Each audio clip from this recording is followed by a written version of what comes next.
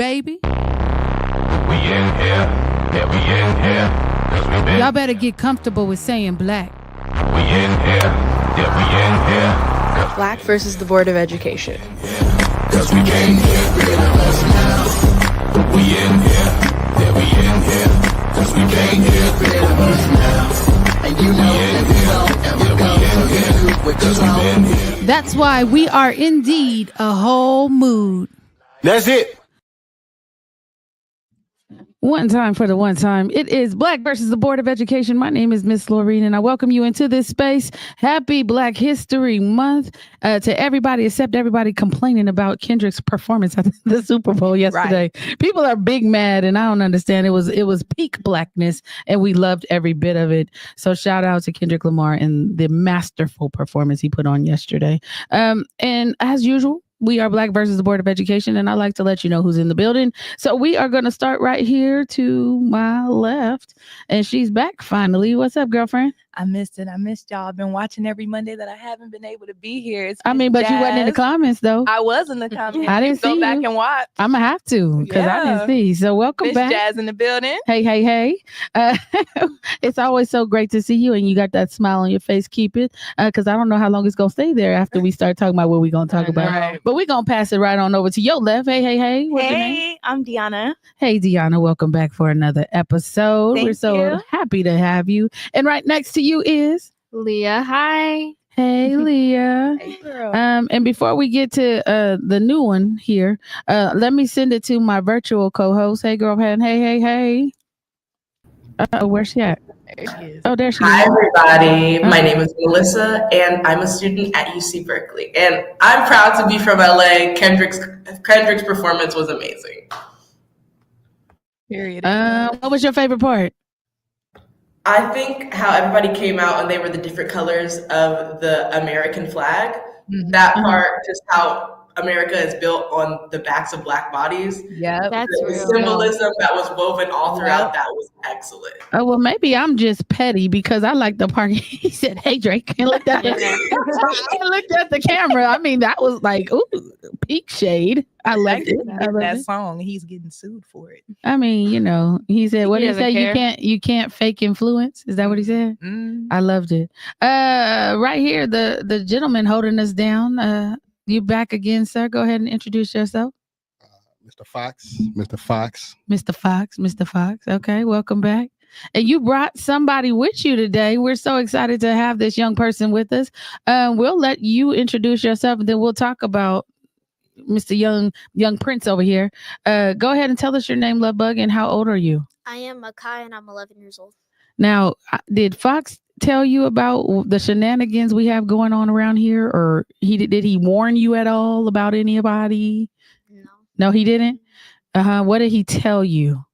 He just told me that we're just going to have conversations about what we're going to be talking about today.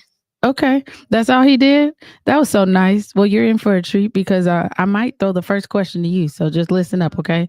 Before we get to the question, or I'm sorry, the topic that we actually have posted, I wanted to give you guys just a little recap. So we spent some time. What day was that? Last Thursday?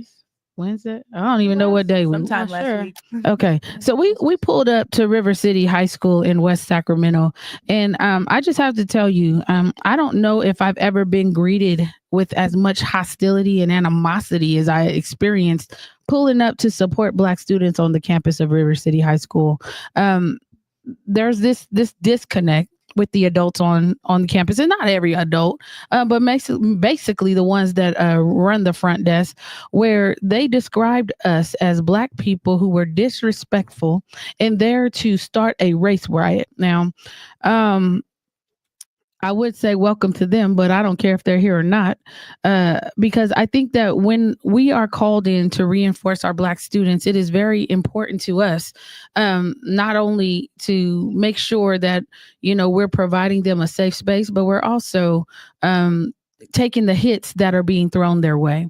And it was just highly disrespectful to be in that environment, to be greeted with the superintendent because they found out we were there and that we were inciting the students to violence.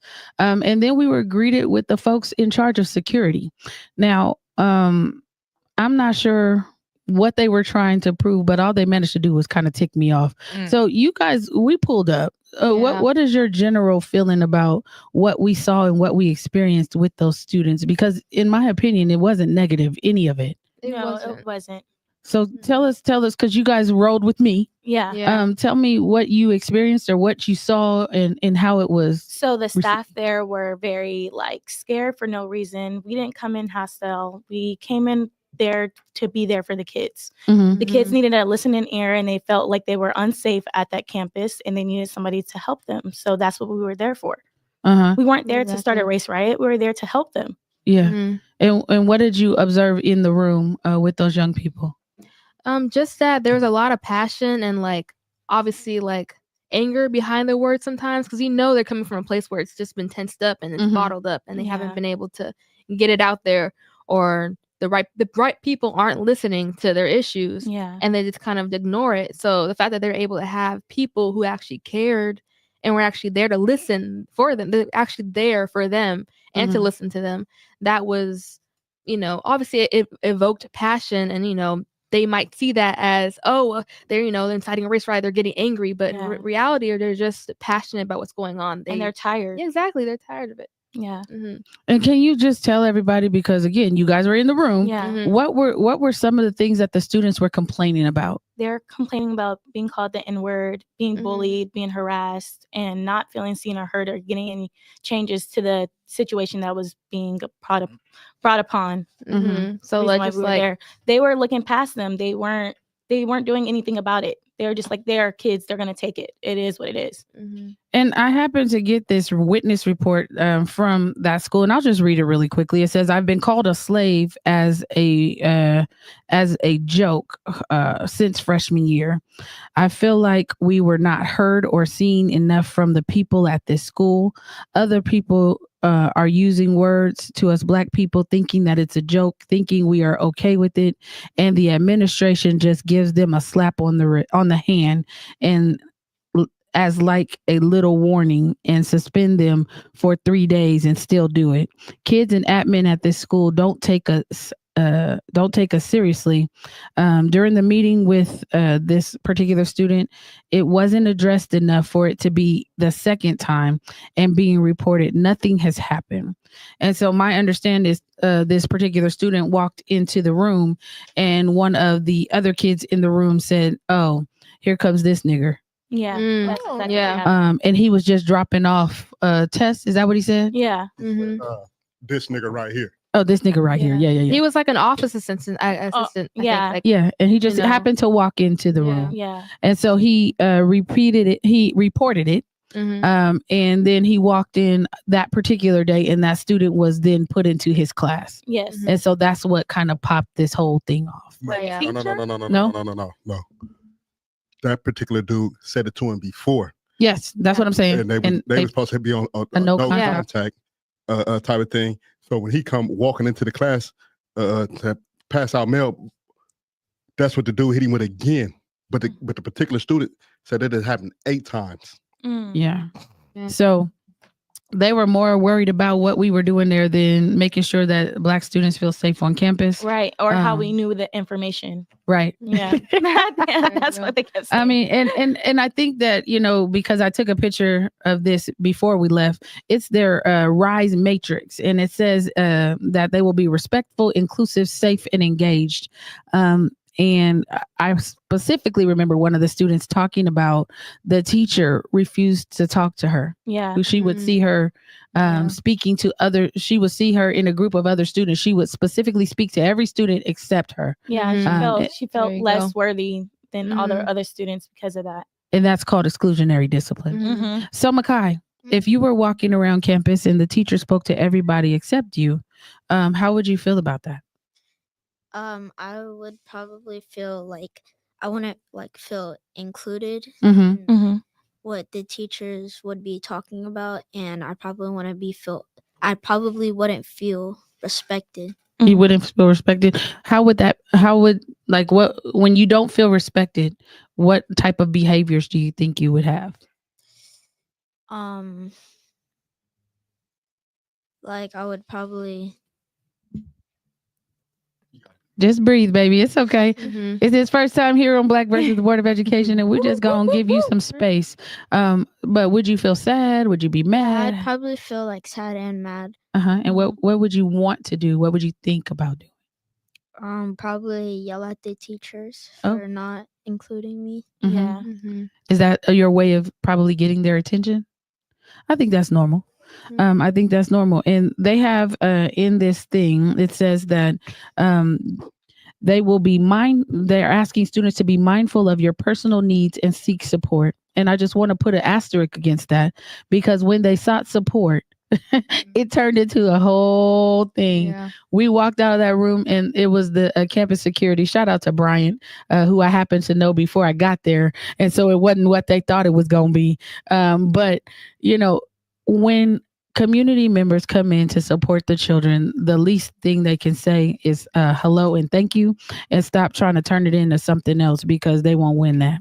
Yeah. But moving right along. So shout out to y'all. Happy Black History Month. The revolution will be televised. And I don't know if I'm a follow up with an email. I might. I don't know. I haven't decided yet, because my understanding is that principal hasn't returned back to his campus because he's ducking responsibility. But should he return, and by the way, before I go to another thing, I want to make it completely clear.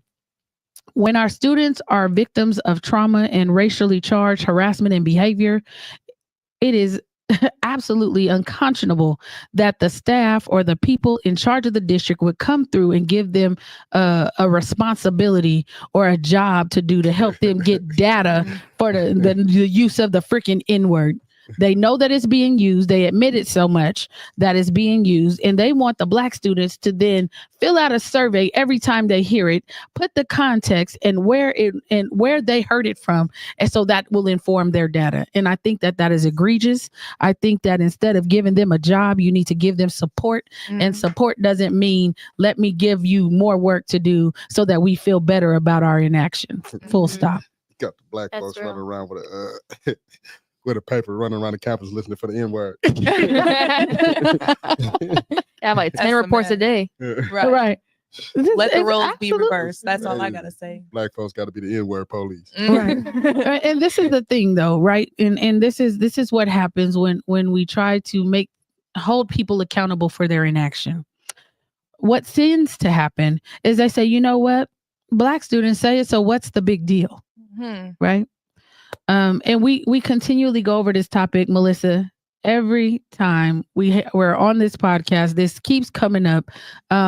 Bottom line, it is not your word. If a Black student comes in and they know the difference between whether it's being said as a camaraderie point or is being said in a racially charged way, if they complain about it, there's a problem with it. Full stop. We are not going to explain that to you. It's not your word. Period. Not at all. Period. So you do your own surveys. You sit on the campus and listen to where you had it. Matter of fact, I heard that you had the people who were doing your accreditation. They come through and they heard the word on your campus. Give them the survey. Let them fill it out. But don't give Black kids more work to do. Period. Anyway, so we're talking about today. We had a story that was sent to us featuring a 2-year-old. And Tevin, do you have that picture? I sent it to your text messages. This baby was sent to his school, and this is how he came home. If you look at this picture on your screen, it's absolutely ridiculous. They said first that he tripped, they said that he threw a tantrum and tripped. And then they said that, oh no, he just tripped. Now he looked like, I don't know what this is. I can't explain what I'm looking at. Me either. Fox, you got any ideas what we're looking at here? 2-year-old special needs child severely injured at school? You looking at the reason why I would be doing a life sentence. Happily. Okay. Because you when I first saw it, I knew exactly what I was looking at. The brain don't play tricks on you. They say your mind play tricks on you, but it don't. When I first saw it, I knew exactly what I was looking at. And now as I'm sitting here looking at it later, now my brain is playing tricks on me saying, maybe it's a birthmark. Maybe it's a birthmark. Maybe it could be it is. But my brain immediately saw it and I was like, Because those look the worst on women and babies.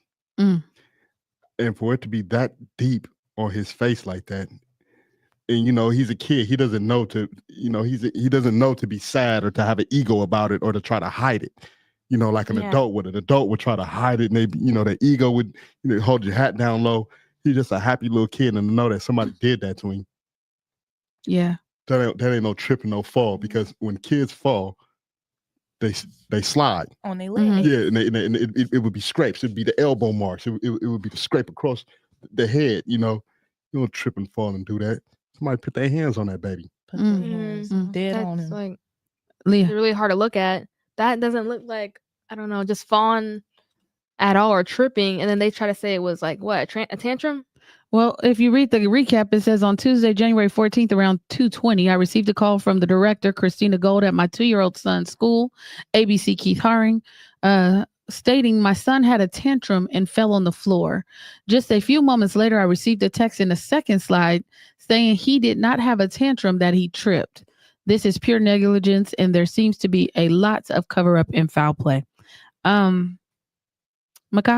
Yes. What did you think when you saw this picture? I thought that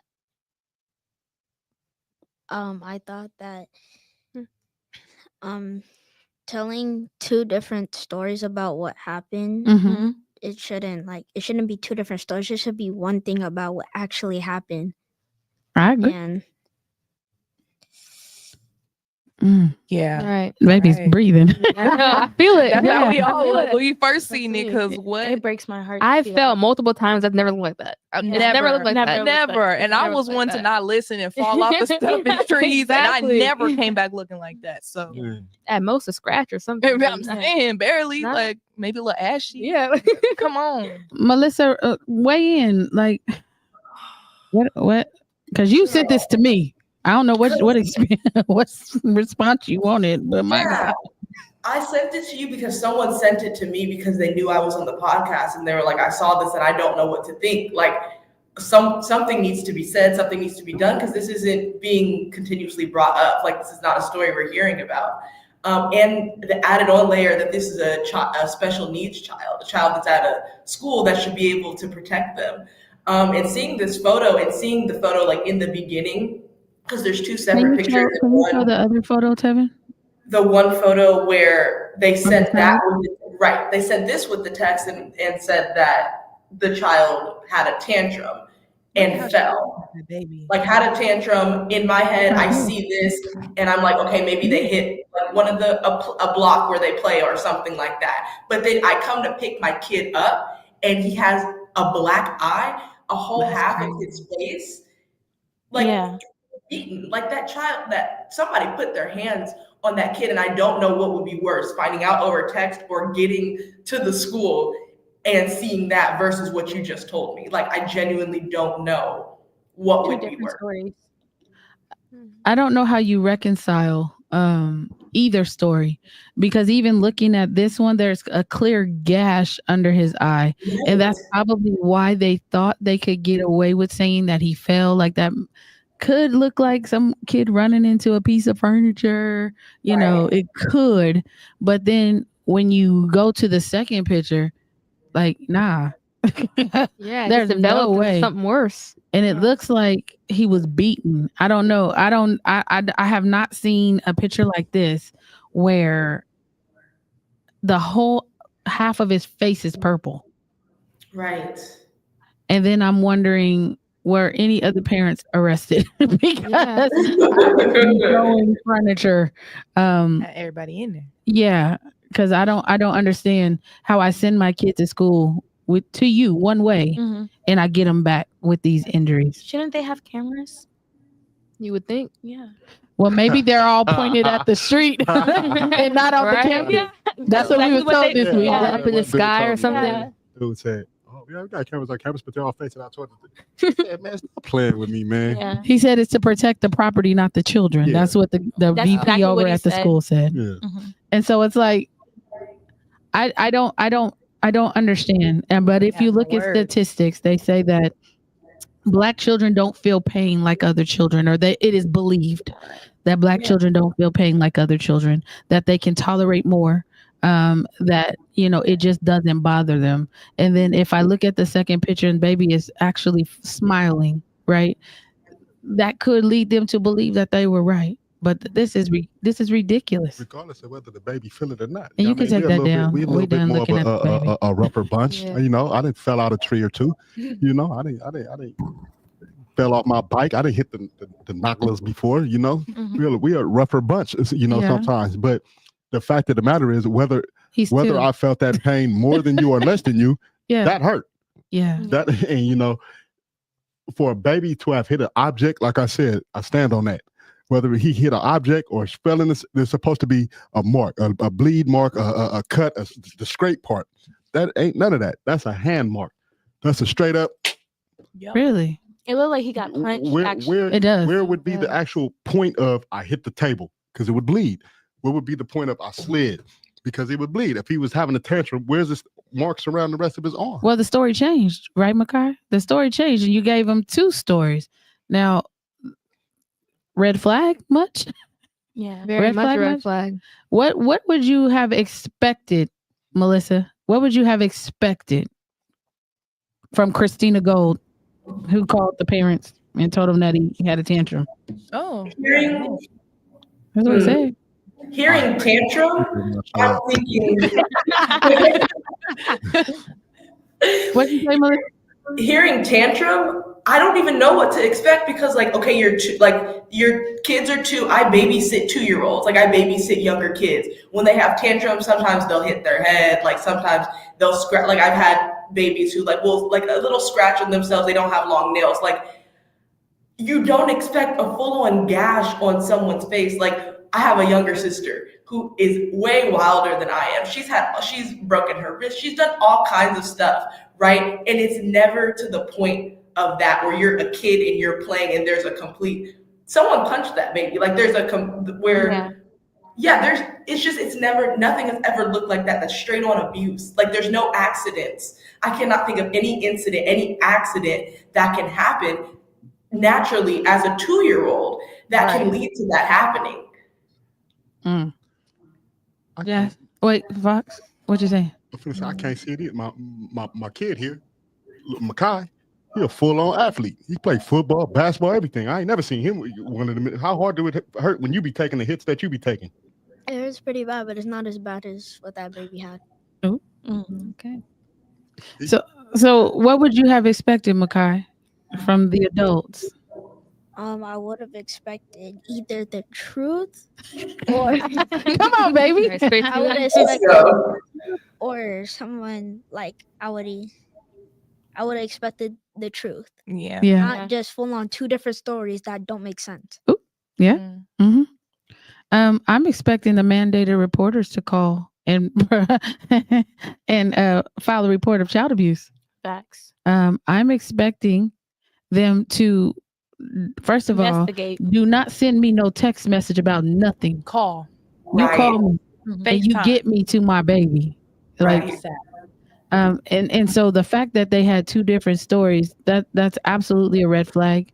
And that means they were trying to think real quickly. Yeah. And maybe, just maybe, there were 2 different people saying a story to the parents. And I don't know. Maybe somebody didn't know that they had called the parents and sent a different message. I don't know. But it's a problem. So Christina called actually and left a message is what I thought, or maybe there was a message or a call, but then somebody texted. So we don't know. It sounds like 2 different people, but I want to know about the incident report. I want to know whether a report was made to the child system, because if this would have happened at home, they would have had CPS knocking on the door. Yeah, that's real. I'm just saying, always flip the roles. How much of a national thing this would have been if it was any other type of kid that wasn't a Black kid. Right. Yeah. It just don't make no sense to me. You can't have no words about it. He's 2. What could he pop? He's 2. I mean, tantrums come with terrible He's twos. 2. Did we miss something? How much of a tantrum can you have at 2? Your how body big weight, was that tantrum? Your body weight can't even handle enough force to do that. No. they need to be fired. I'm not gonna lie. More than Close the fired. school down Jail. or put camera. Yeah, jail. I like that. Yeah. Prison. Underneath it. Absolutely. Come on, like Because it just doesn't make any sense. And, I'm tired of our children going into these environments where people really don't care about them. at all. And they're supposed to be feeling safe where they go. Right. Like, how are we gonna get through this? Like, this is crazy. I don't know how you get through it. I'm more concerned about the lasting effects of trauma on a 2-year-old. Right. Because now does he cower when people come close to him? What happens with him when adults come into his space? Right. I'm worried about, if they wrote this up in a way that presents him as a problem child instead of the victim of this assault. I'm wondering what type of narrative they're going to spin about him as he goes through the educational system, because that in many of these districts around here, they are labeled as significantly disproportionate. And that is because they label Black boys as early as preschool as emotionally disturbed. If in fact I was traumatized like this at 2, I might have some emotional disturbance too. Right.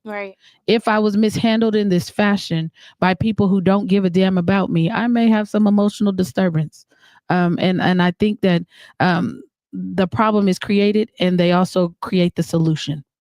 So that our kid is touched multiple times, and not touched physically, but goes through touch points in a system where they're at the behest of other folks who, like I always tell you, if you didn't raise your own children during slavery, you can't tell me nothing about Black children, like at all. What do you think? I always solidly stood on that. Plus the fact that we work on school grounds, so I'll be seeing it. But what you be seeing? The difference between what the raising, the difference between the background, the ethics that come into raising children, and how they drop their kids off at school. I won't say that I don't encounter many of our culture, of our kids, you know what I mean? They be bad. But do you ever think about why they may be responding in the way that they are responding? I don't have to think about it. I'm there. I see it. Oh. They be ignored. They be why them Black kids be standing in the hallway all the time? Because they're usually either they ask to go to the bathroom and don't go to the bathroom at all and just hang out with their friends in the hallway, or they're either getting sent to the office and they're not going. Oh. Okay. Now, what grade are you in? You're in 11th grade? The 5th grade. You're in the 5th grade. Yes. And so you see kids at your school either asking to go to the bathroom. Why do you think they're asking to go to the bathroom so much? Do they really have to go, or are they trying to escape? They're trying to get out of class. Why? Because they're probably bored, or they don't want to be there. That's okay. So they're either bored, don't want to be there, or they're getting kicked out. Now, why are they getting put out of class? To being sent to the office is because they either won't stop disturbing the class, or they're trying to fight. They're trying to start a fight for no reason. For no reason. Okay. And so you deal with the kids that get put out of class. Guess what they be? What? Hungry. Oh. Okay. You're not you when you're hungry? No. Yeah. They be hungry. Yeah. Yeah. And the teacher, instead of engaging with them, hey, Send how them you out. doing, man? You all right? You need a bag of chips? They send him out. Get out. Call his mama. Call his mama. He bad. They don't try to find a solution. They just send them out. He bad. They don't try to understand them. You know how many kids I send back to class just with a bag of chips? And do they get in trouble for having the chips? Yep. Yeah, Because now you want to go find out who am I and who do I think I am to give a kid a bag of chips? Oh. Okay. Somebody who care. And so if they're responding to you that way as the adult, and you have more tools in your toolbox, right? Mm-hmm. How is it that we expect our children to respond? How should we expect them to respond in those situations when we haven't given them the tools? Do they verbalize that they're hungry, or are they just throwing a tantrum? Some of them will say it out their mouth, and some of them you just pull it out of them. Like, come here, come here, come here, come here. Mm-hmm. What's wrong with you, man? You all right? Yeah. You even eating today? You need a nap. You can ask them, and they'll tell you. And the moment you ask the question, then the rest will just fall out. Okay. Well, my mama brought me late to school, and I was late, and then I went to class, and then my teacher, now they on me, and blah blah blah blah blah blah blah blah blah blah blah. Remember I told you about that before, and now all I want to do is say, all I'm trying to say is this, and they won't listen. And then, like you said, out. But guess who's out? This color. Oh. Guess who's in there acting the ASS and throwing chairs around? This color. Oh my God! Can you? But we don't condone abuse. Do you, Makai? Do you see a difference in the way that students are in your class are treated based on maybe their skin color at all? Sometimes. Can you give me an example? Well, sometimes in my class when there's like other kids talking, they're just like teachers like act like they don't see them, but like when black kids start talking, it's a whole problem. Oh. Like, and you notice that? Do you ever tell anybody about how it makes you feel? Do you talk to your dad, or you tell Fox? Oh Lord, what'd you tell Fox? I tell him that like I feel like the way that we're being treated is unfair. And there should be a difference. Can I ask you a question? Yes. How long have you been treated unfairly? How long would you say? Like during school or like in general? Well, since you've been in school, you've been like you was in 4th grade, you was in 3rd grade and 2nd grade. When did you notice there was a difference in the way you were being treated as opposed to your classmates? Probably like 4th or 3rd grade. Okay. Like around there. Okay. And they say that, and I don't want to say this after you said it, but I'm gonna give you the statistics. They say that they build new jails based on the 3rd grade reading level. So when he says that in 3rd grade this started, I believe him. Because that's what they're doing. They're looking at our boys and they're seeing where they're struggling at. And based on your reading level in 3rd grade, they are building jail cells to accommodate your stay. Ain't that something? That's crazy. And so I'm trying to figure out what they do when these white kids ain't reading. When they're not doing what they supposed to do. Don't they? What? All kind of pairs and everything out there for them. What? So they give them the support then. Come here, Jeremy. Come here. Wow. Come here. So Makai, how can adults help you? I know that Fox helps you. I'm not too bad on the help end either. So besides Fox, what can other adults do to help you as you're going through your school day? I gotta trust them. Come on. Oh, talk to them. Come on. Okay. Now, see, you going. I love this. So you gotta trust them. So how can they build trust with you? I really don't know. I just I just have to. Just off the bat, you have to trust them. I just have to have a feeling that I trust them. Okay, because when people don't care about you, right? And so you could feel that, right? This 11-year-old, see, we've been at these schools, and we always tell them there is no correction without connection. Right. And this baby at 11 can tell you that if I don't trust you, there ain't nothing you can do for me. Right. If I don't trust you, I can't talk to you. Come on. I mean, it is. You saying this? Look, real stuff. I can't even common argue. thing. Yeah. When you talk to the girls at the schools, when you're on site and you just like, hey babe, what's going on? Hold on. You have to build a relationship with them. Right. Yeah. And they say, well, that's just what happens. My teacher's always picking on me and always giving her. Oh, okay. What is your how your friend? Mm-hmm. Guess who's talking to me? And I don't understand that. That's just such a disconnect how you can sit there and talk to one child because they look a certain way, but you won't sit and talk to the other one. Mm-hmm.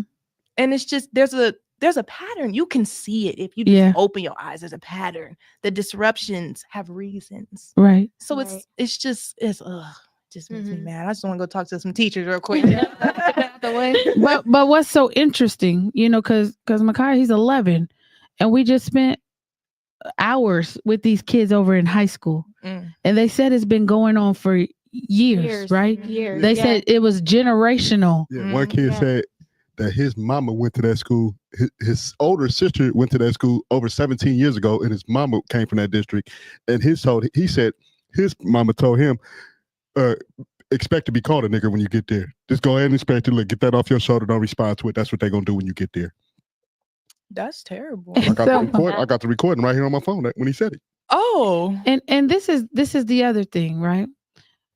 I don't have to know somebody for a very long time for them to feel like they can trust me, right? Mm-hmm. We went into that room. We didn't know none of them kids, right? And they talked immediately, opened up, right? Yeah. Mm-hmm. What do you think is the difference? What is the difference?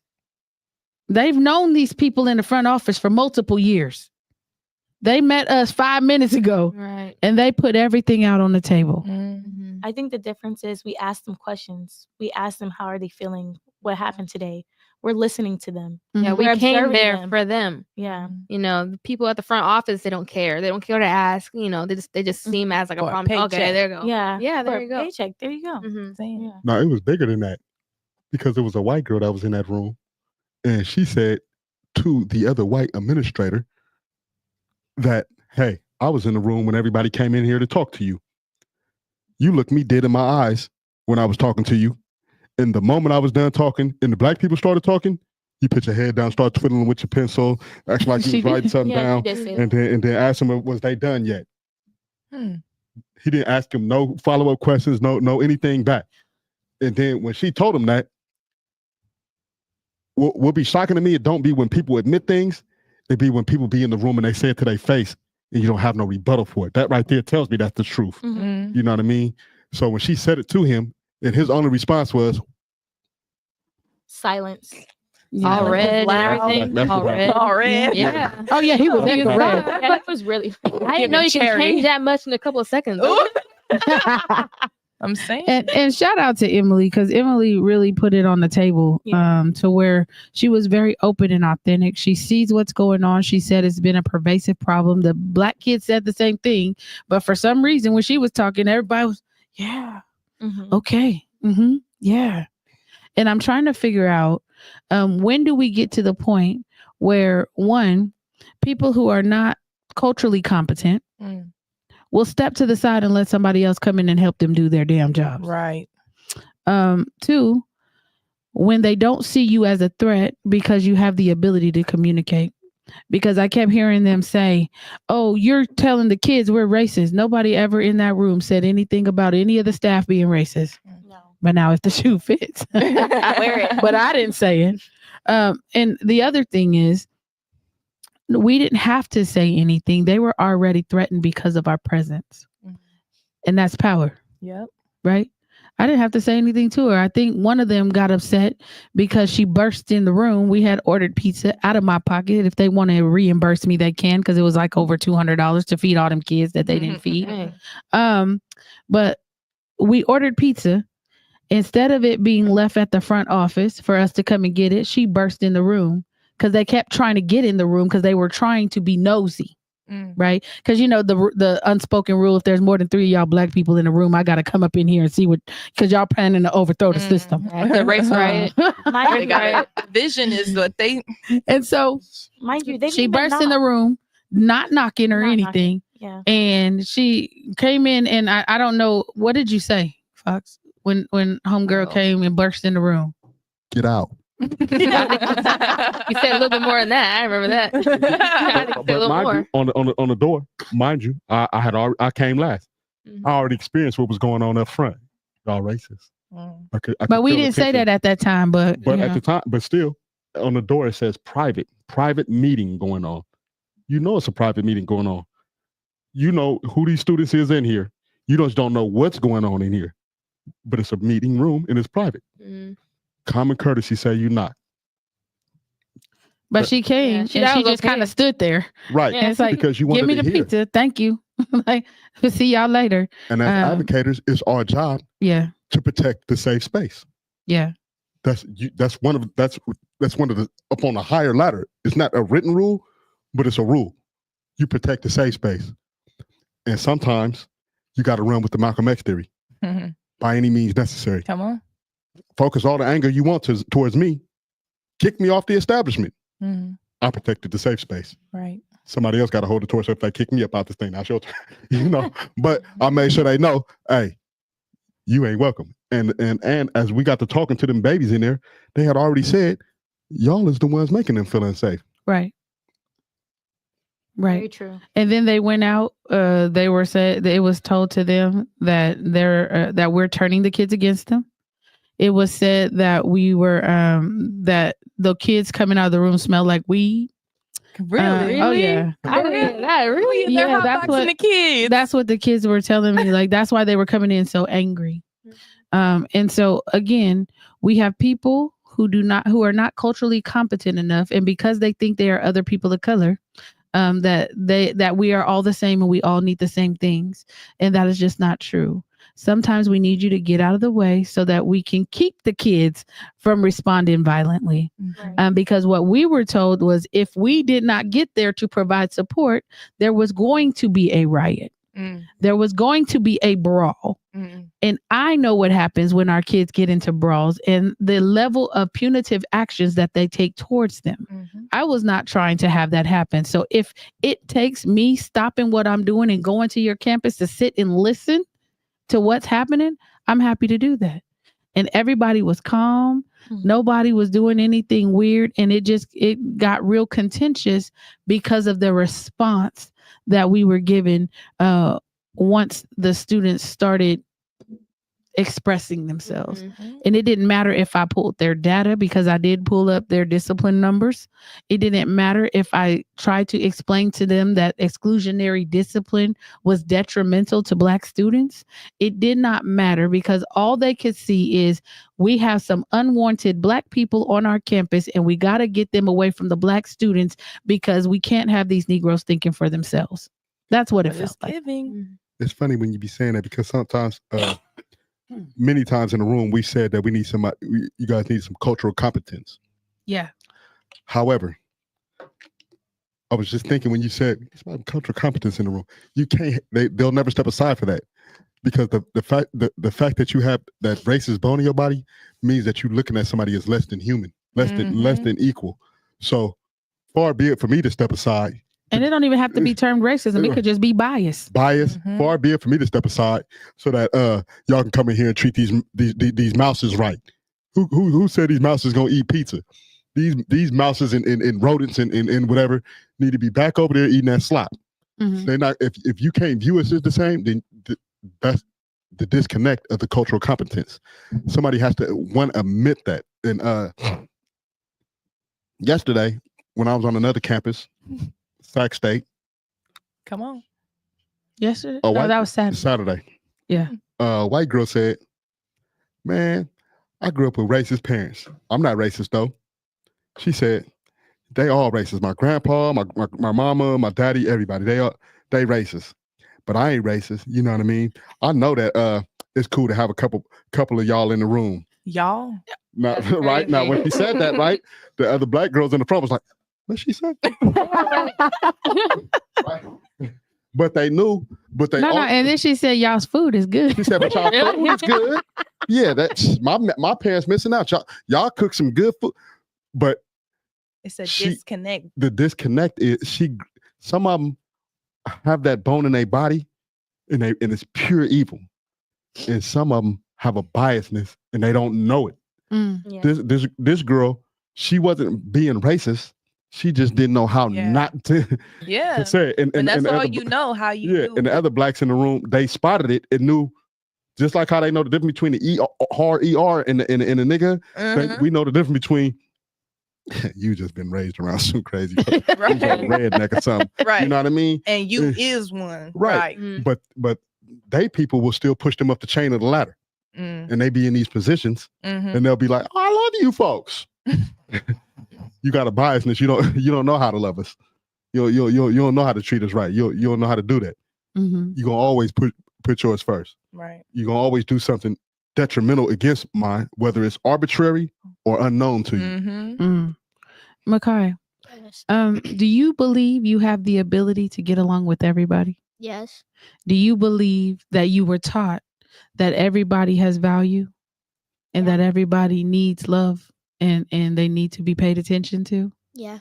So when you see things going on at your school with your teacher, and based on what you know to be true, what do you think should be done with teachers who don't have the ability to see the world as you see it? Probably like show them like how. Who should show them? Who showed you? My dad. Your dad. So your dad needs to go up there and teach a class to the people, to them teachers up there. I don't know about that. Does your dad want an extra job?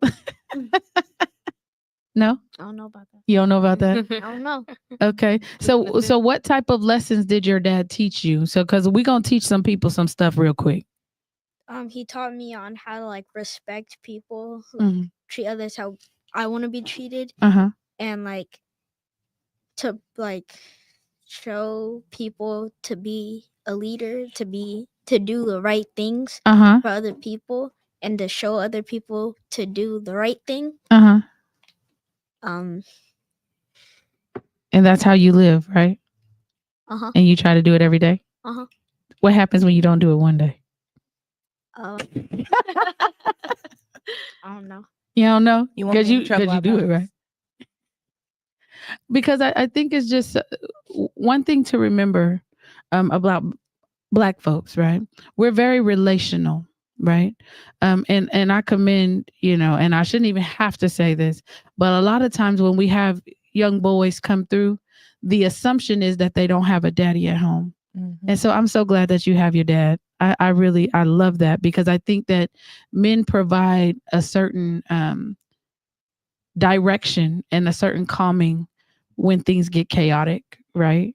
And so I love the fact that you said your dad taught you, because I think dads need to take up more space on these school campuses. I think that we should have some classes taught by dads. I think we should have some classes taught by men, because men were once these boys that they're continuing to push out, right? And it's a system. Right. This system has continually perpetuated harm. And because they don't take the time to listen, like you said, they continue to do the same things expecting different results. Do you know what that's called? No. It's called insanity, right? And then they're over this whole system and they don't have the ability to be relational, probably because their daddies didn't teach them like your dad taught you. And I think that it's important for us to know that sometimes we send our kids into these environments thinking that people treat our kids or will teach our kids in the way that we have, only to find out that they're I don't like to say that word. Let me try to find a new way to say that. They're emotionally bankrupt and emotionally numb. And they have not developed the skills that it takes to deal with this generation of kids. No, they haven't. They haven't had to, because it's a system. And they say, you know what? I've been doing this for multiple years and it's, I know how to do this. Right. All kids are our kids. You say you think they're bitter. Why? Because we cool. They're not like us. They're not like us. You bitter. When you sometimes the people life is a sport. Yeah. And you keep seeing these how they set this team on fire, set their school on fire, got rid of their vehicles, and they just keep coming back. Yeah. Just keep coming back. They're just a relentless, resilient type of kid. And change you up. And they pick cotton. We didn't whoops you. We didn't discarded you. Yeah. We didn't scattered y'all all about the four corners of the earth. Yeah. Why do you keep coming back? and then you got the nerve to have some education this time? And you know, this mad when you know what they talking about. And your daddies are in the home teaching you something. We tried to get rid of them jokers. Right. Separate all the families. Yeah. And so I just, we're seeing the residual effects of that. Mm-hmm. Right. And we're seeing that you're right. People are trying to figure out how to discourage our babies younger and younger. They're trying to put policies in place. They're trying to put people in place that don't give a crap about them. They're trying to arbitrarily apply those policies that are in place to only make it go towards a specific group of kids when all these kids could probably use some structure. Right. But they are hyper focused on our children because there's this, I don't know what the obsession is. Like, I really don't know. Why are you obsessed? I've been trying to understand that. I don't understand it. I don't get it. Melissa, you trying to be a teacher? What's the obsession? Girl, I don't know what the obsession is. I have no idea what the obsession is. And I just don't understand it. There are certain people that I think should not be educators, should not be getting paid to work with students that they clearly hate. That's a deep one. I just don't get it. And that's the reason why I want to go into the education system, because there are so many students that need teachers that care. But on the flip side, we have these stories every week about things that are happening. Like every week, multiple times a week, we have more and more stories that we have backlogged, some that we don't even get to because there's so many things that are happening, because there's people who are getting paid to do something that they don't want to do. If you just want a paycheck, there are so many other jobs that you can do. Like go skip around the corner. Like, damn. Like, so play in traffic. There's so much more you can do and get paid for where you're not directly impacting and traumatizing children who are going to grow up to be traumatized adults who don't know how to respond to things. Yeah, that's good right there. That's yeah. So this is what we're going to do, because, I know we have our group starting, BBS, and it's starting pretty quick here. And so I'm going to give y'all 30 seconds takeaways from today's conversation. Melissa, since you so eloquently dropped the mic, go on and pick it back up and give me 30 seconds. What is your takeaway? What needs to happen with these folks who are supposed to be watching children and they're coming home different than the way we sent them to school? Don't let me be the parent that has to come pick up my kid. That's all I gotta say. That's it? Okay. That's it. Leah.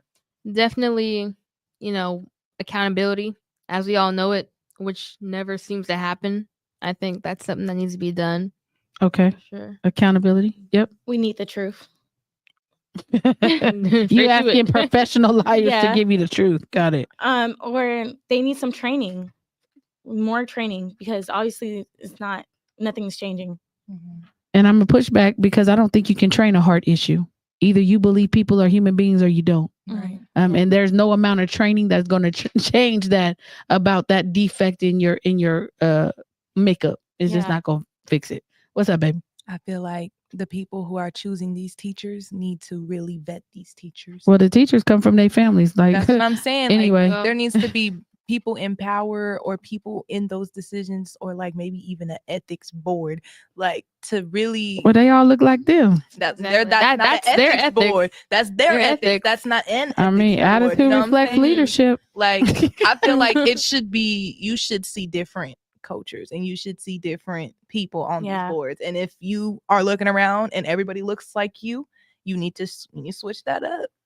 Yeah, well, that's a good because you can't get insight from another culture being only in yours. And let's be clear, the associate superintendent that did come to see us was a black lady. No, she wasn't. Hey, okay. Really?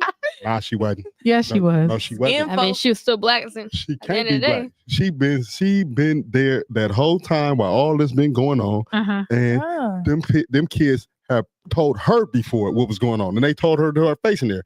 And she came in that room and seen all them black kids in there. She didn't even smile. She came in there and sat like this.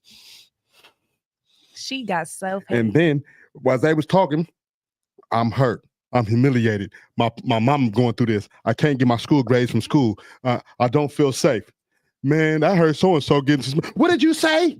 Where'd you get that information from? She Oh, didn't yeah, I care remember nothing about that. none- what they Yep. stood. That ain't no black Fire. person. Yeah, she said they're lying. Yeah.